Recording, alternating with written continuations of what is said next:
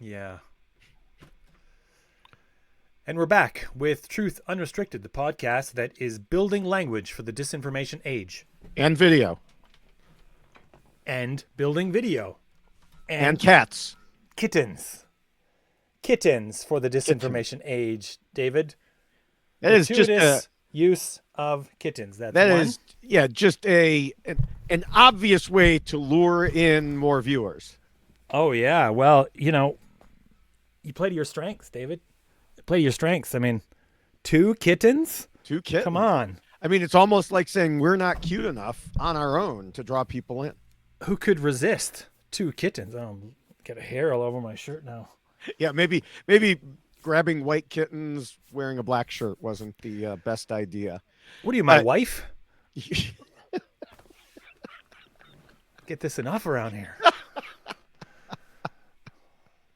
You could Anyway. compromise and wear a white shirt like me. I could compromise. If I had any white shirts, I would have to be prepared for that eventuality. And that's okay. So we should get to this topic. Podcast. It's not a podcast about kittens, It's not. but if they come back, they'll be on camera again. I guarantee it. So we want to talk today about political compromise, and we are at a very particular moment in history, as has been on everyone's mind. Everyone's wondering about the future and where this thing goes. And I think What future? there's a moment after this moment, and that is the future. Okay. That's the only description that matters. It's time still marches on, whether or not anyone's here to record it. But to some of us, yeah, it's less flippant about that because Yes. they, far more worried about this. Yes. So as you can see in preparation, I have traveled. I am stationed outside the White House. No, that's good. Our U.S. White House correspondent, this That's right. in That's true right. Daily Show fashion. Soon to be your capital also. Okay, that's all right. Well, Because we'll compromise and just make you the 51st state. well, I mean, you didn't enjoy hockey that much, so you should just give up that sport and let us play it, right? I mean, you can Like, have the sport, your but national team will not have people from the current area of the United States in it. If this is the case, it'll be ours. Like I've always said that the U.S. could have Canada and could have it cheap. The whole thing for cheap. It would be the U.S. It would be the U.S. The rules. It would be the Constitution. It would be all that stuff. All the things that you claim that you love, including all the gun laws and all that stuff. It would be yours, and if the price all is of this right. land, it would be cheap. Okay. It would only cost you 3 little things, and they're all cheap. Okay. Guess what they are, David? Um, You'd have to change the flag, the name, and the national anthem. Only. And No, I since think you're there's- changing them, we have some suggestions. there's 4 things. We'd have to add "use" to all our words. No, we would spell them according to your spelling. Half of us do already. But if you agreed to change, the capital would stay in Washington, all that stuff. But if you agreed to change them to the nation would be called Canada, the national anthem would be "O Canada," and the flag would be the maple leaf with the red bars, you could have it. You could have it all. Shouldn't it be "A Canada," not "O Canada"? We would even stop saying A. Serious. You could have the whole thing. But you won't do it, David. You won't do it. Even Trump won't pay such a cheap price. I These said 3 little things. Someone pointed that out. Maybe Canada can, absorb all of us, and I said that would take care of my issue. I wouldn't at all mind becoming part of Canada, except for the whole I don't like cold weather thing. So, Your weather wouldn't be any different. I know, that's what I'm saying. This would solve the problem. Right. But, I mean, that Look at scenario this. is even different because that would require change of rules. Look right? at us compromising. Oh, yeah. Well, yeah. That would... you in that scenario that you're describing, you would get free healthcare. And so would all the states that agreed to join. I mean, in that scenario, that's what other people are discussing, how serious or whatever. But in my scenario, we would lose free healthcare, but you could still have it. You can still have it all. But you won't pay even that minuscule price. It would cost so little. But we're talking like $1 million tops. And you could have the whole thing. I mean, I don't Right. get to make the decision. Let me go back there and talk to them. Well, write this down and bring it to them. Leave it on the doorstep. Okay. Yeah. Back away slowly so that they know you don't have anything in your hands. We don't want anything to happen to you, David. Yeah. But yeah, that's my pitch. But the U.S. won't do it because they're much more interested in image than in anything else. And that's a lot of where we are now with this. That it's more about image than anything else. The U.S. president has notably Trump. Trump is the president. Yeah. In name. Musk isn't even the ambassador. Musk won't even be coming to Canada to address anyone. I don't think Trump can because he's a felon. But I don't know. I'm waiting to find out if they enforce that. They'll give him some kind of diplomatic immunity or whatever, right? Yeah. Like, I don't know. But or he'll just say, there's no good golf courses in Canada. I didn't want to go anyway. Yeah. But the U.S. president has decided to, in true gangster fashion, submit a bill to President Zelensky for all the military hardware at whatever price he's determined, in the form of precious minerals that are available in Ukraine. There's the deal was turned down not only because it was expensive, but because it contained no future securities. If Russia decided again to increase aggression, the Ukraine would still be on their own as long as Russia didn't, presumably as long as Russia didn't try to take over those same minerals that the U.S. wanted. And of course, the U.S. gets to decide after the fact what these arms are worth. They were, in many cases, they were older arms. In some cases, they weren't. Some of the newer systems were newer systems, but a lot of them were outdated equipment that they weren't using anyway. So what they were worth when they first made them is not the same as what they're worth now. Mm-hmm. But that's usually the game is played when you work out these values, you work out the highest possible potential value. And that's what's essentially been done. Right. Also, Mitch McConnell has decided to not run for Senate again. I mean, there's only so many stairs he can fall down. There's only so many strokes he can handle on camera while he's talking before he has to admit that he can't do this anymore. 83 now. He'll be 84 before he's 84 at least, maybe 85 before he's done being a senator. But you're losing all the old guard, all the old Republicans. You still have a lot of old Democrats. Mm-hmm. So we should get into our actual topic, though. I'm way off topic here. I'm distracted by all the actual news. Well, maybe some of the new people will be interested in compromise. Actually, they won't be. They won't be. Well, I don't know. We will find out, I'm sure. But because I don't want to merely chronicle what has happened and talk about what might happen, we want to talk about political compromise. And I had a very specific sort of question in that as people become more desperate to obtain some kind of political victory or prevent some further political loss, for example, they will inevitably tend to erode what were previously like their standards of who they will and won't work with, what things they will and won't give up. And this moves the line for what they will compromise on. So already we have a situation where Democrats, largely the Democratic Party, almost all of them, have appeared to be just working with the Republicans on whatever the Republicans want to do across the board in Congress, Senate, and working with the White House to do things. And they've taken a lot of heat for that. whatever I'm going to have to stop you early. Sure. Okay. Because I don't know what you mean. I don't know what you think they've worked on that with whatever they want to do. So I think we need to clarify given very that. little pushback on any of the appointments. There was some talk.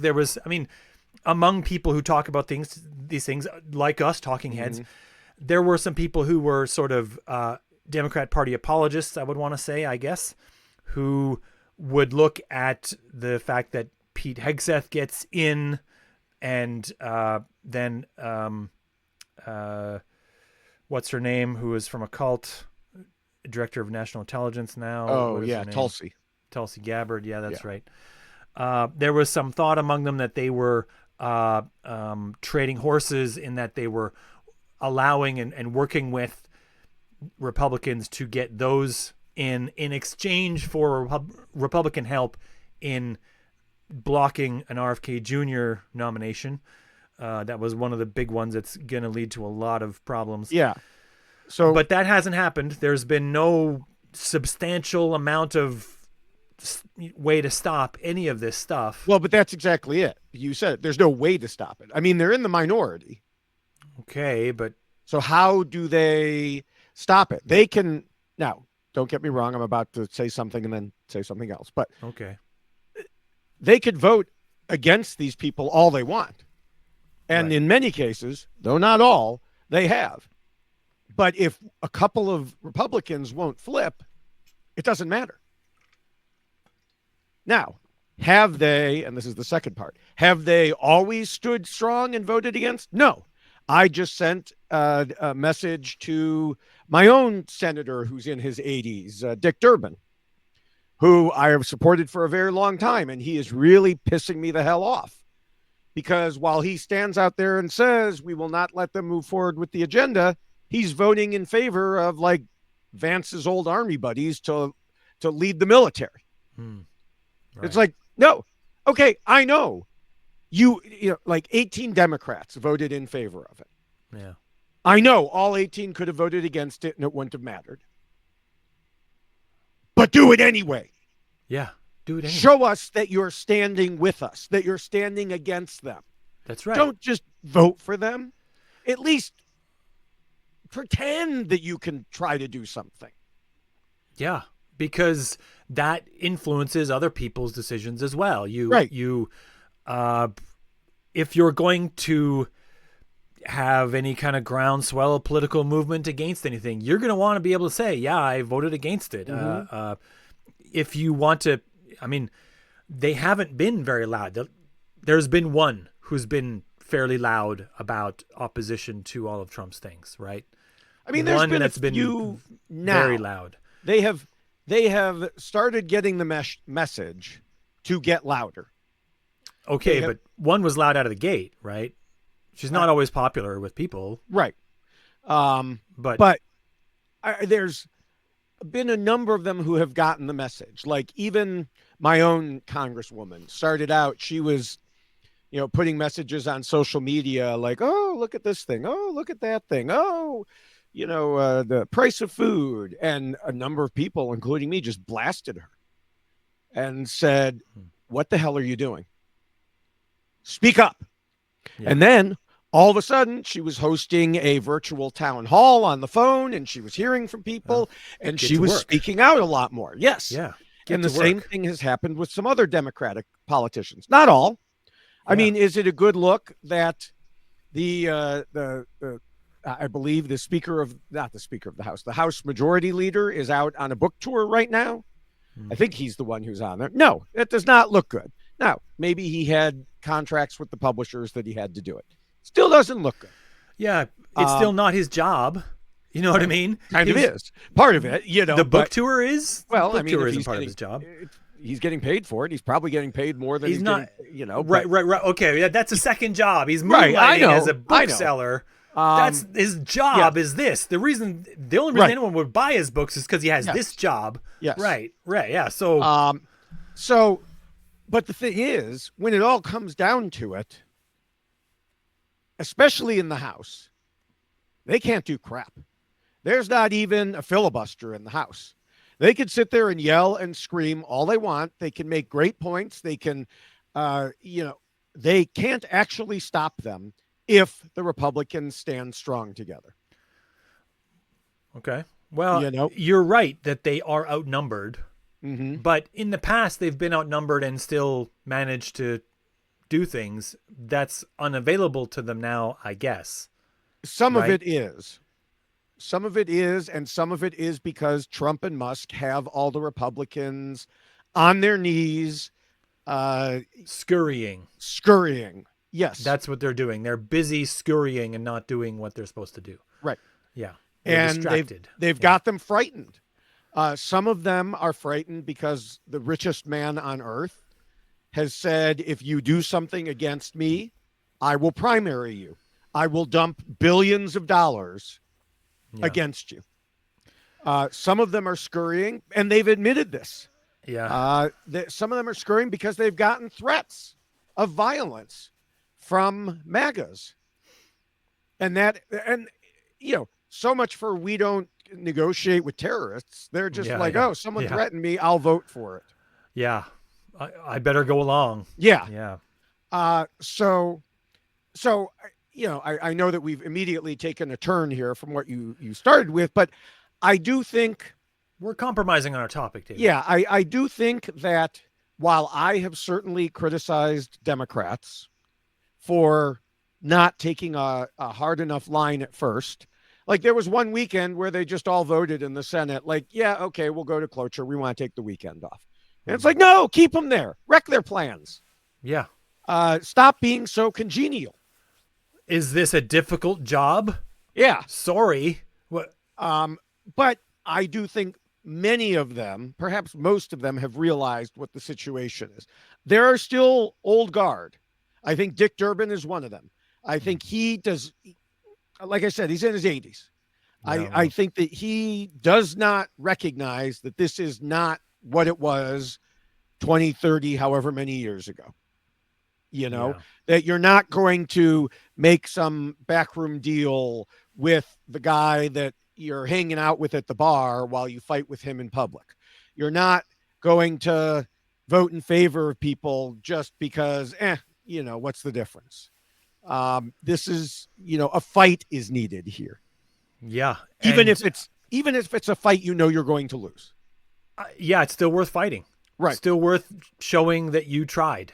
I mean, I worry that senators like Dick Durbin, people like Bernie Sanders is not young. I'm not even sure how old he is, but he's in his 80s. Also in it, yeah. Yeah. I worry that they don't have, I worry that they don't have the energy for this. Maybe they have the energy if it were a more calm time to continue doing their jobs, but this is not that time. For the good of the nation, they should consider not continuing the way Mitch McConnell has decided to not continue. Not that Mitch McConnell did it because of the good of the nation. He's just... If he wanted to do something for the good of the nation, he could have stopped that a few years ago. Yeah, he could have impeached Trump. Yeah. Convicted, but yes. Well, he would have been voting for conviction, but yes. That's how impeachment works. But anyway, my point to you was I don't think the Democrats are working with the Republicans. Now, there was an act very early on. I think it was the first one, the Laken Riley Act, I believe it was called, that it said that if an immigrant is accused of a crime, not even convicted of a crime, accused, they can be deported immediately. And my congresswoman voted for that. I was very annoyed. Yeah. And a number of Democrats. Who does the accusing? What meets the bar of accusation? Well, I think it's a literal, like charges like a filed. Criminal accusation. Yeah. Oh, okay. But still, an accusation is not a conviction. Yeah. And so, were they working with them then? Yes.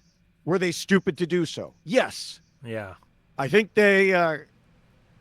I think a lot of votes would change if that bill came up today instead of when it came up. I just don't see them working together to the extent that was kind of in your thesis statement there. Well, They don't seem to be. Well, maybe it's unfair to say they're working together with Republicans that much, but here's my thought about fascism in general, which is that it pushes people to an absolute. It says you're either with me or you're against me, and there is no middle road.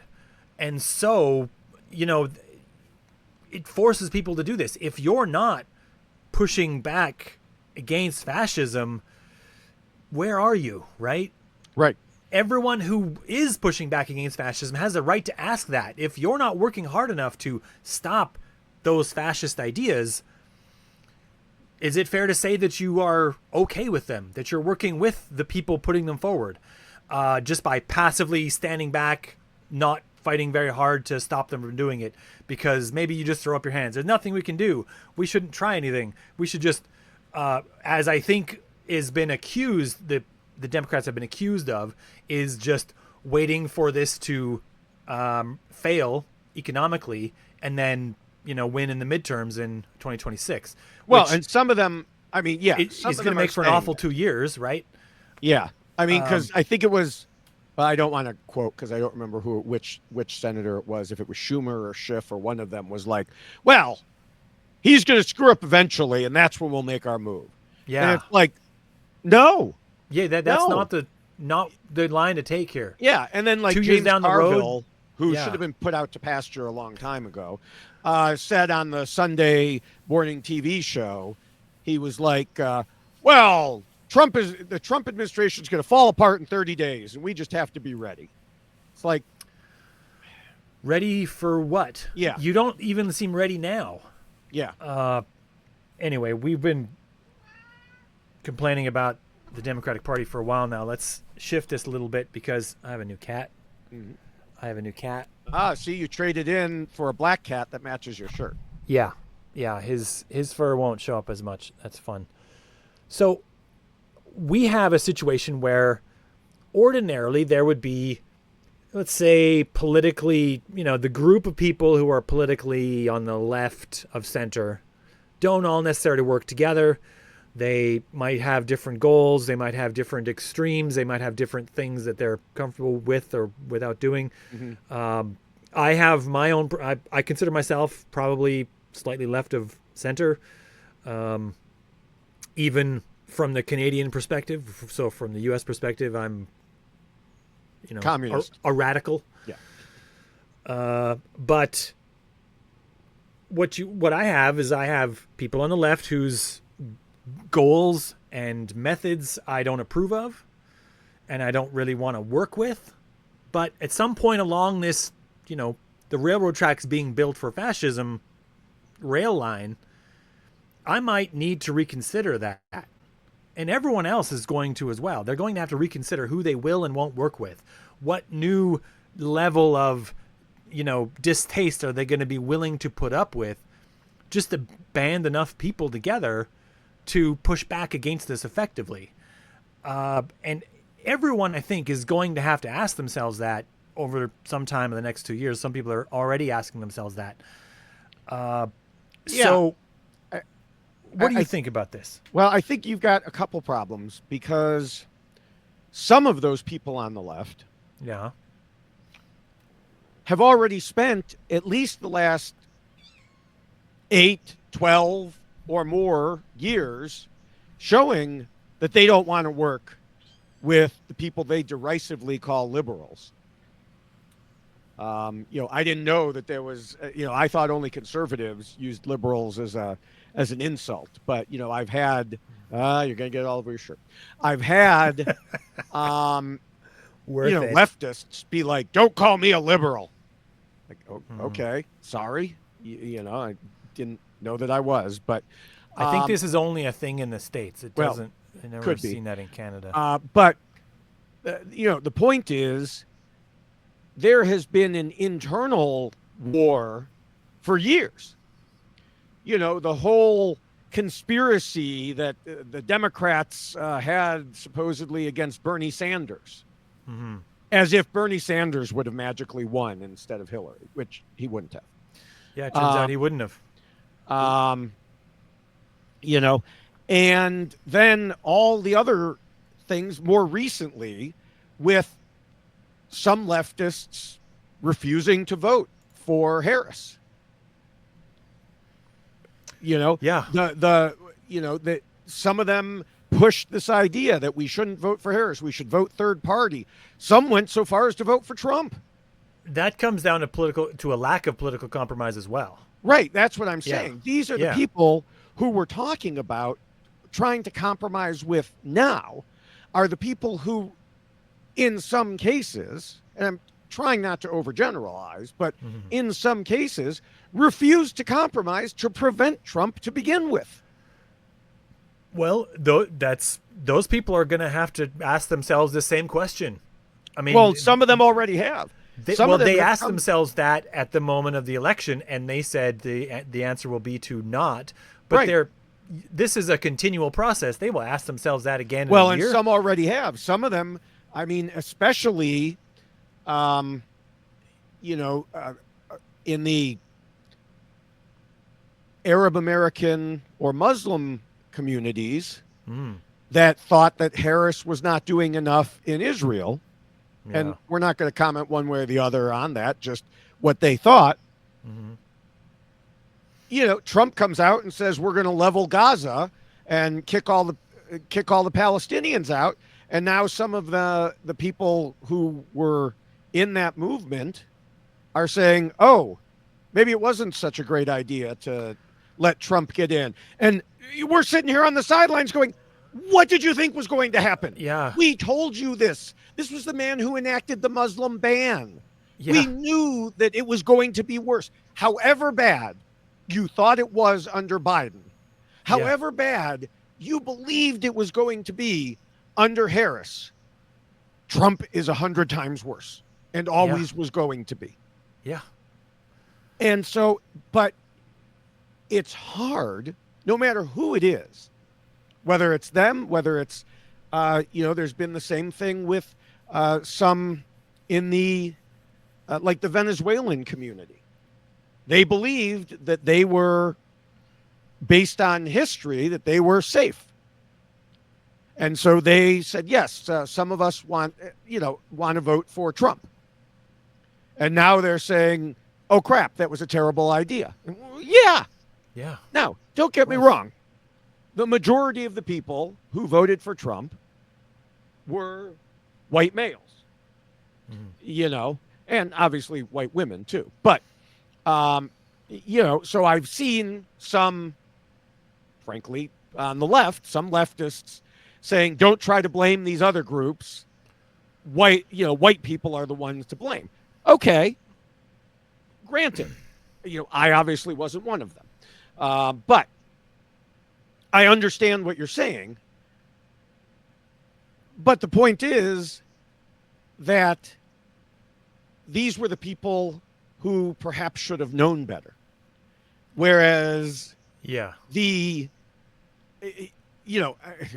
it or not, white people are more likely to do better under Trump, than minorities. Not all white people, certainly not white, mostly rich white people are going to, more likely to do better. But so yes, everybody should have known not to vote for Trump. And everybody is suddenly surprised that the face-eating leopard is eating their face. Yeah. Somehow I think they thought that wasn't in the cards. All of them did. All of them thought that. They must not have heard the poem, right? Well, they must. Know. I mean, the poem and everything else. I mean, it's like you should have paid a little attention before voting. And now there's even a debate among those people, to take a slight tangent from the original point I was going to make. Should we be saying to those people, I told you so? What the hell were you thinking? Or should we just say, come here, welcome into the resistance. We welcome you with open arms. Join us. Frankly, I think it's a combination of both. I don't think you get to make a horrible decision like they did and get off scot-free with a nice little pat on the head. Well, okay, all right. Here's my pitch, David. I think that they will pay for their decision, like Trump will make them pay for the decision. That's true too. That's what I think. But some of them are complaining and still want to support Trump. You know, like some of them, there have been public letters like, well, I work for the federal government. And when you said you were going to get rid of waste, I didn't think it meant firing me. You know, and then there was a well-known actor who supports Trump who came out and said the same thing and said, well, come on, you can't fire the people who voted for you. So he doesn't care about the random nature, the idiotic way it was handled. He's just like, well, don't fire the people who voted for you. And yeah, right. Well, that's also, I mean, that perspective is also really egregiously off. You know what I mean? Like, like the idea that everyone, because inside that idea is the idea that all the people who didn't vote for you need to suffer for not having voted for you. Right. Well, in Trump's mind, they do. Yeah. Fire all the people who didn't vote for you. I don't, I don't. Right. It doesn't make any sense. Yeah. What are you going to ask the people? They're just going to catch on right away and then say that they voted for Trump. Like, there's no way to check. But even aside from all that, how can we work with someone who was so easily fooled by the biggest liar on the planet? I mean, that's an honest question. You know, you should have known better. Now you say you want to work with us. How do we work with you? You know, there's a lot of people who go back and forth about whether or not we should consider the group of people who support Trump to be in a cult. And I don't want to get too deep into that swamp just now as to whether or not they are or aren't in a cult. Mm-hmm. But I do think that regardless of that, some of the wisdom from people who have been in cults and have been through this should still be useful in either case. Okay, that's a good point. And so in thinking that, I think that when a person's in a cult, their reality is distorted such that they can't tell what's really happening. Mm-hmm. And so it doesn't do any good. It's not useful to try to pull someone out by telling them that they're stupid for not having seen it. And that's generally where, I mean, there isn't a handbook, as much as some people have tried to write one. Mm-hmm. There isn't a real handbook for how you get someone out of a cult, because no one method works every time, for starters. And the only way that seems to work is a lot of individual one-on-one time to do it. I mean, it takes you probably 10 times as much effort to get a person out of a cult as it got to get him in the first place, roughly speaking. And so the point I'm trying to make here is that I don't think we should, I'm not big on I told you so's. Personally, I'm not. I'm willing to forgive as long as a person understands what happened. Like if they, to me, forgiveness is about recognizing what you did wrong, apologizing for it if you need to, but mostly recognizing what you did wrong. Give me some indication that it won't happen again.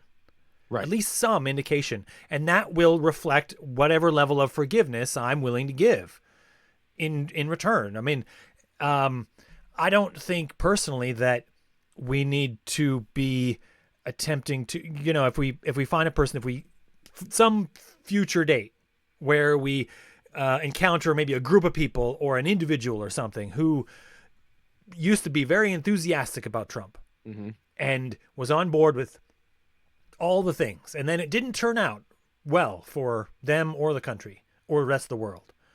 And then they say, I don't, and they shake their head and go, I was wrong. And they willingly say, I was wrong about that. Yeah. Like, I'm not saying we just give them let them be the next president or anything.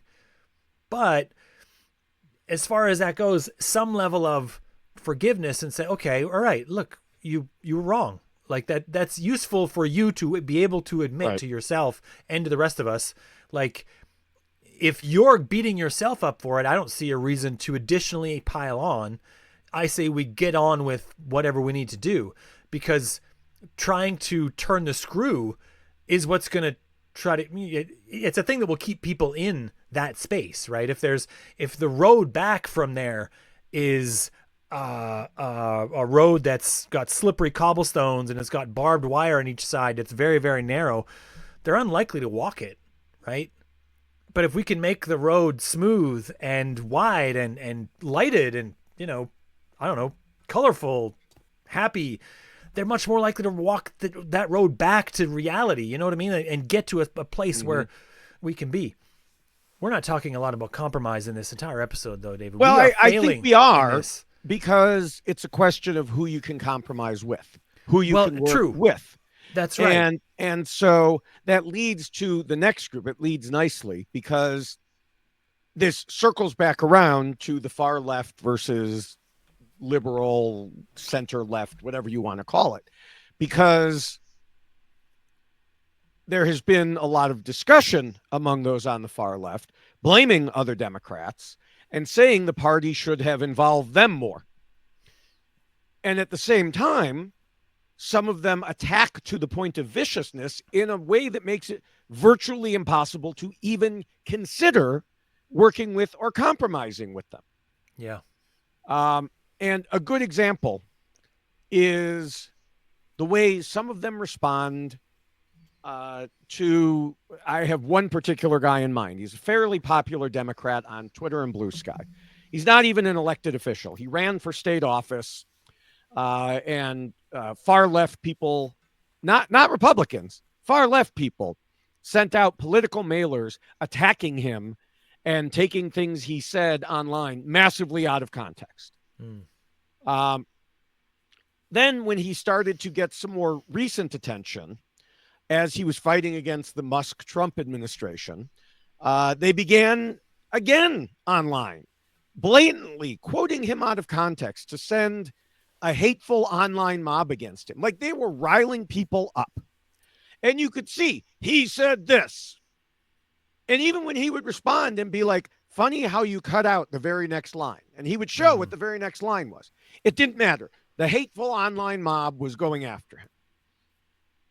And the problem is, I even saw some people who in other situations I have agreed with, but they were joining the mob. And it's like, people, our goals overlap significantly. Yeah. But they spend so much time and energy attacking someone who is out front making concrete suggestions, and they're doing it with such dishonesty. How is it possible to compromise with them? How is it possible to work with them? How can we say, okay, you have these sets of ideas. We'd like to incorporate a few of them. No, they won't do that. It's you either do everything we say, or we're going to withhold our support. This is the game theory trap, right? The absolutist and oppositional defiance that happens in this political space. You have that one worry that I have is that in, pushing back effectively against this will lead to a leftist demagogue who is, in order to defeat that monster, we need a monster of our own kind of thing. And that will just lead to a different nightmare. Especially with horseshoe theory, because you get to some of the... Well, in horseshoe theory, they look the same because at the end of the day, all they really want is power. Right. That's the reason why they look the same. Because they just want power. Yeah, and they don't really care.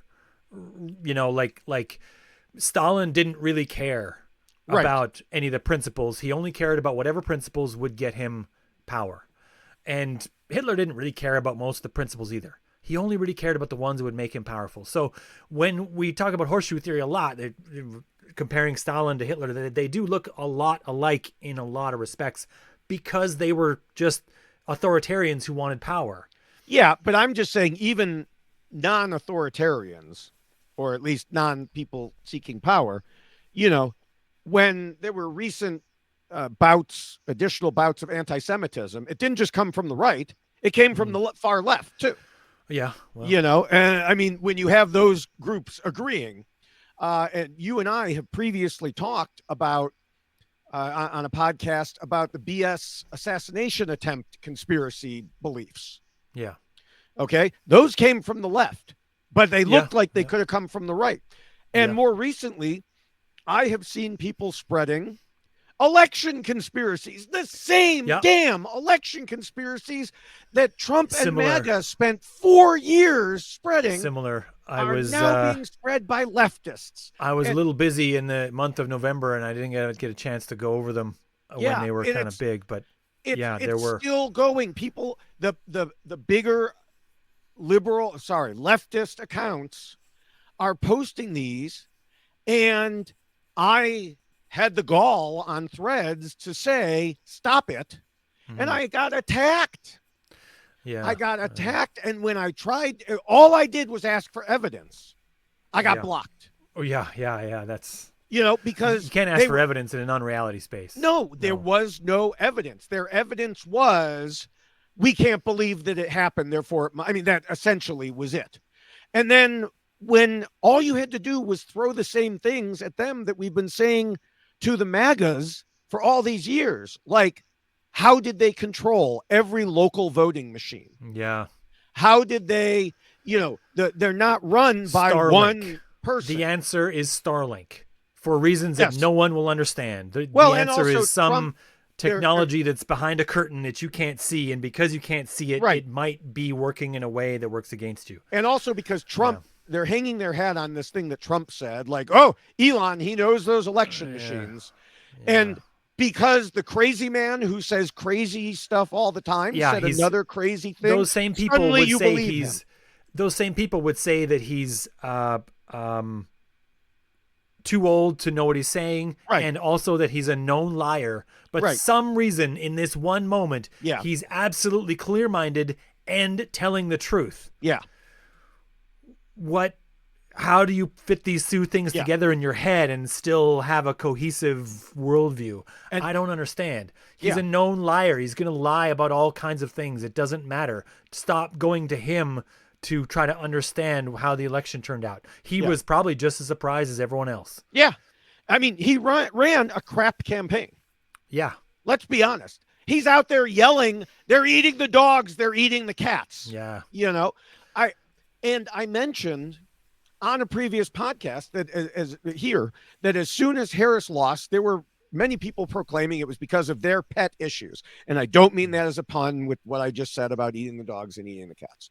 I said it will take time to truly and objectively analyze the real reasons. But I was pretty sure it wasn't what they were conveniently claiming happened to align with their particular issues. And I would still say enough time hasn't passed. But I also wonder if such an analysis will ever truly be done, except for maybe someone's like PhD history project years from now. There are just too many people who are too strongly connected to their own ideologies to make it happen right now. Everyone's answers are predetermined.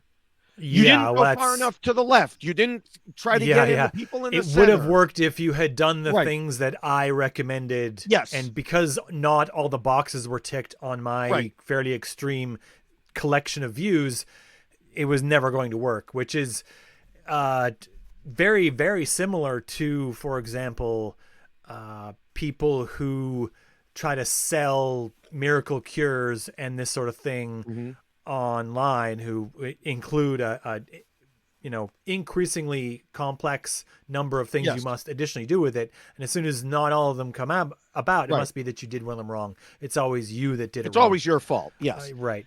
Yeah. To circle this back to compromise, though, I think that we have to recognize, just as the nature of compromise, that You can't compromise with someone who is not willing to compromise back in your direction. Exactly. And that's why the extremists, you can never really compromise with them. They will always just demand more and give less. Yes. And that's a thing we're going to have to recognize among people who we might otherwise see as useful participants in a movement, right? If they aren't making moves also in your direction, they're not compromising, and they aren't useful to work with. They are children who will steal your toys and keep them in their corner of the room, and you can't work with them. You can't play with them. Right. And the difference is, I think, between the Republicans and the Democrats right now, the Republicans aren't compromising either. Well, no. They're bowing down. They've lost their spines. They're bowing down and doing whatever Musk and Trump say. They are. So this is going to come into play. This level of logic is going to come into play. I have content about this coming later this year when the Canadian election is closer. But they are, in essence... You mean the 51st state election? Audience... We're not going to get into that, David. Audience captured by Trump. So yes. This is how it works. People wonder why Trump still does rallies. I mean, he can't become... right. There is no third term for him. He's already too old. He thinks so. Right. He's already too old, really. But here's why he does rallies. Because he needs the Republican senators and congresspeople to understand that they can only keep themselves elected with his blessing, with his grace, with his say-so. Mm-hmm. And this is a measure of his populist control over the party. So yeah, he has to keep doing rallies, because if Republican Congressman X thinks that he can vote against RFK Jr., and then he realizes that if I do that, most of my base of support in my district mm-hmm. is Trump supporters. I need all those Trump supporters. I need to do whatever Trump needs of me in order to get that done. So, that's they are not only ideologically aligned.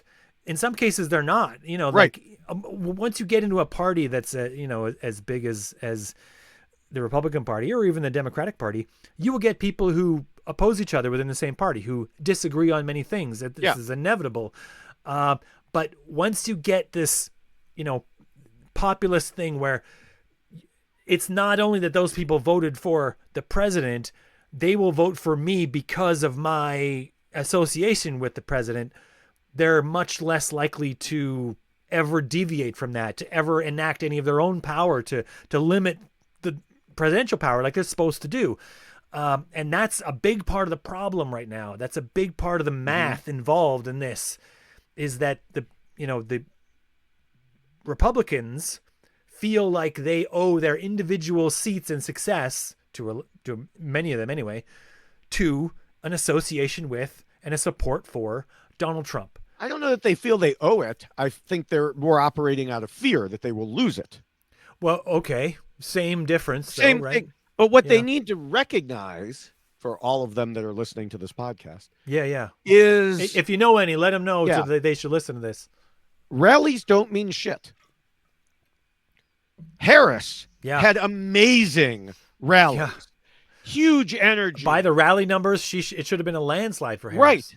And I think that was one thing. And we reported on this podcast. We talked about the numbers. They were going to smaller and smaller venues in the Trump campaign because the rallies were smaller. Right. But that wasn't a factor. Right. Because those are your super fans. And so great. But the majority of the people are not super fans, one way or the other. They're not taking the day off to go to a rally. Right. And so what does matter is now some of these Republican congressmen are going home and hosting events, and suddenly all the people that Musk has fired are showing up at them. All the people that are losing their benefits are showing up at them. And they are not happy. Mm-hmm. And now these congressmen don't know what to do.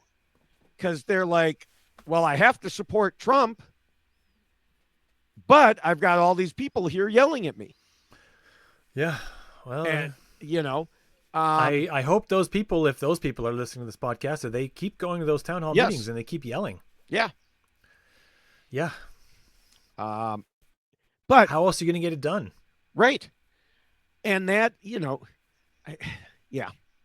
So we have gone far afield from compromise. I know. I mean, we've swung It's back into it okay. a couple times. Yeah, you know what? We'll compromise on the topic of the podcast. It's fine. We had to get these things out, but we Yes. meandered back and forth across it a couple times. Well, but that's what I wanted to get back to is how do we compromise? I don't have an answer, because if there are people who are unwilling to even come to agreement on what the situation is, how do you compromise with them? If there are leftists saying the reason that Harris won is because she swung too far to the right, and therefore, again, you have to do everything that we say, how do you compromise? You try to point out, look at all these things that have happened. In my lifetime, this country has become more liberal. I mean, let's forget about the last month, but until that point, has become much more liberal than I think most people ever would have expected. If you look at it, you know, I have because we're following Canada's lead. Well, maybe. Should change the flag, the name, and the national There you anthem. I'm go. telling you. But there are some people for whom it is never enough until you do everything they want. And I don't know how you compromise with them, whether it's in politics, whether it's in real life, whether it's whatever. I mean, that's the type of person in real life you would just be like, I'm done with you. I'm done with you. You know, I have a tendency to bring things back to reality TV. Well, on an international version of Survivor that's currently airing, literally today's episode, as we're recording this, that exact thing happened. There were 4 people together. They had been following the lead of one of them with the idea that eventually it would swing back and they would follow what the other 2 wanted to do. And then when the other 2 wanted to finally kind of cash in their credits, the first 2 were like, you just won't compromise. You won't be logical. Yeah. We're going to split from you. We don't like you. And it's like everybody watching it, as well as those 2 people, are like, they've literally done everything you've asked for the last 2 situations. And it really is just a smaller version of the country, of certain aspects of the country. Like those 4 people are probably aligned on a lot of what they want to do, but because of this one issue, they're splitting apart. And that's what we have here. And, you know, kind of to circle back to where I started, there are some people coming out and saying, gosh, I was wrong. We should not have done that to get Trump elected. There are other people who still won't admit they were wrong to do it. There are other people who say, don't blame us. Harris should have come to us and gotten on her knees and begged us to vote for her and done whatever we wanted. Doesn't matter that she would have lost even more votes from other people who didn't want what we wanted. It was the other people who should have compromised and not us. Yes, exactly. I mean, I know this topic was political compromise. I just don't know how to compromise with some of the people who are so stuck in their beliefs that they refuse to budge. Well, and that's where I was at just a few minutes ago when I mentioned it, is that you can't compromise with people who won't return any of the movement. Right. Everyone has to give up something. And that's the key. If you're with a person that wants you to compromise first and they'll compromise later, that's a bad deal that never works out in reality TV or anywhere else. Yeah.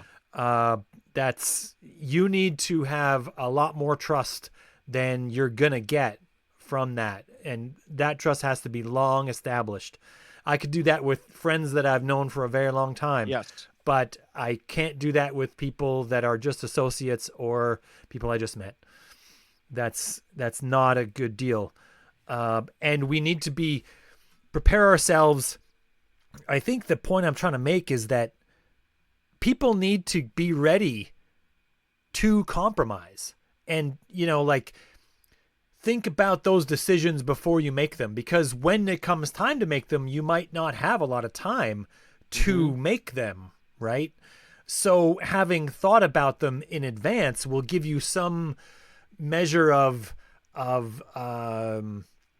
preparation for how you want to make them, that you might have some hope of not making them in a hasty fashion that's going to lead to further disaster, or just a different authoritarian leader with a different set of obscene goals than the one that's currently in charge. People need to think about that. People need to stop and think, what sort of thing would I give up? Would I give up an afternoon to attend a political rally? I don't know. A lot of people would. Would I give up money out of my pocket that I would donate to a political party? Maybe fewer people would, right? Less now that the economy is going to be not great as predicted, right? So by the way, that's in some ways a direct problem further for the Democrats, because a greater portion of the donations come from individuals rather than from rich donors. And tipping the scales for the rich donor class away from individuals is going to be reflected, likely very easily seen, in the amount of donations that are in each party's pocket. Well, it also doesn't but that's help. a thing people are going to have to think about, right? Yeah, it also doesn't help that they were literally sending those out as Harris was losing.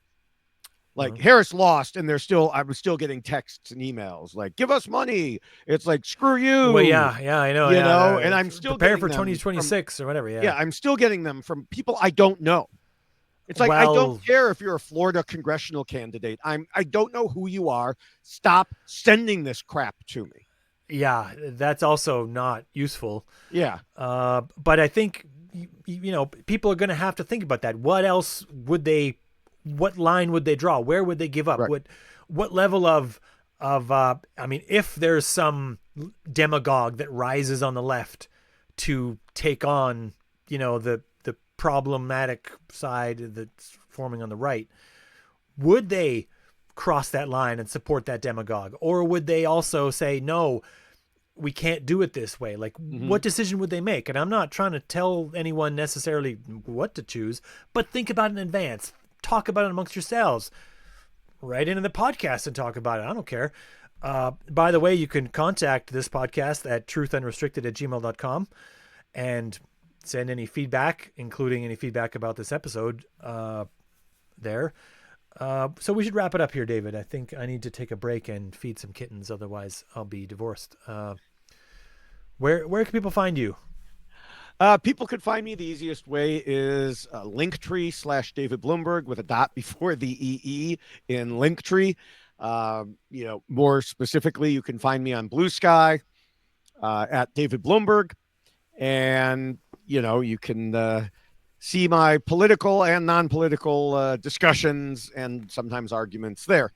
That's where even though I mentioned Threads earlier, I really just poked my head in, found a bunch of leftist idiots attacking me for daring to point out they were conspiracy nuts, and kind of backed away slowly after that.